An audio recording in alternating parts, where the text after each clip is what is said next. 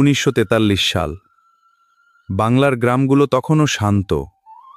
ধানের মাঠে হাওয়া বইছে, মানুষ হাসছে, বাজছে।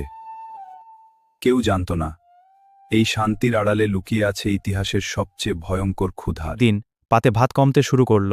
তারপর একসময় প্লেটটা পুরো ফাঁকা হয়ে গেল, আর সেই ফাঁকা প্লেট হয়ে উঠল মৃত্যুর প্রথম সংকেত। এই চোখগুলো দেখো, এগুলো আর স্বপ্ন দেখে না, এগুলো শুধু একটা জিনিস খোঁজে, এক মুঠো খাবার।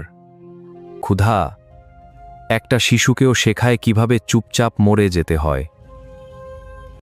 একজন মা তার সন্তানের জন্য সব করতে পারে, কিন্তু যখন তার হাতেই কিছু নেই, তখন সে শুধু তাকিয়ে থাকে। এই মায়ের চোখে জল নেই, কারণ কান্নার শক্তিটুকু শেষ। হাজার হাজার মানুষ গ্রাম ছেড়ে বেরিয়ে পড়ল।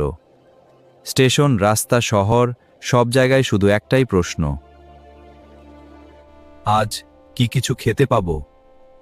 কিন্তু উত্তর ছিল না, কোথাও না। চাল ছিল, খাবার ছিল, কিন্তু সেটা সবার জন্য ছিল না।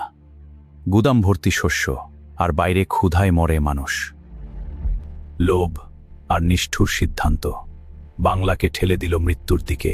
রাস্তা হয়ে উঠল শ্মশান, মানুষ পড়ে থাকত দিনের পর দিন। কেউ তাদের ছুতো না, কারণ জীবিতরাই তখন মৃত্যুর সঙ্গে লড়ছে। 1943, প্রায় 30 লক্ষ মানুষ। না কোনো যুদ্ধ, না কোনো বোমা, শুধু ক্ষুধা। এই ক্ষুধা শুধু মানুষকে মারেনি, মানবতাকেও মেরে ফেলেছিল।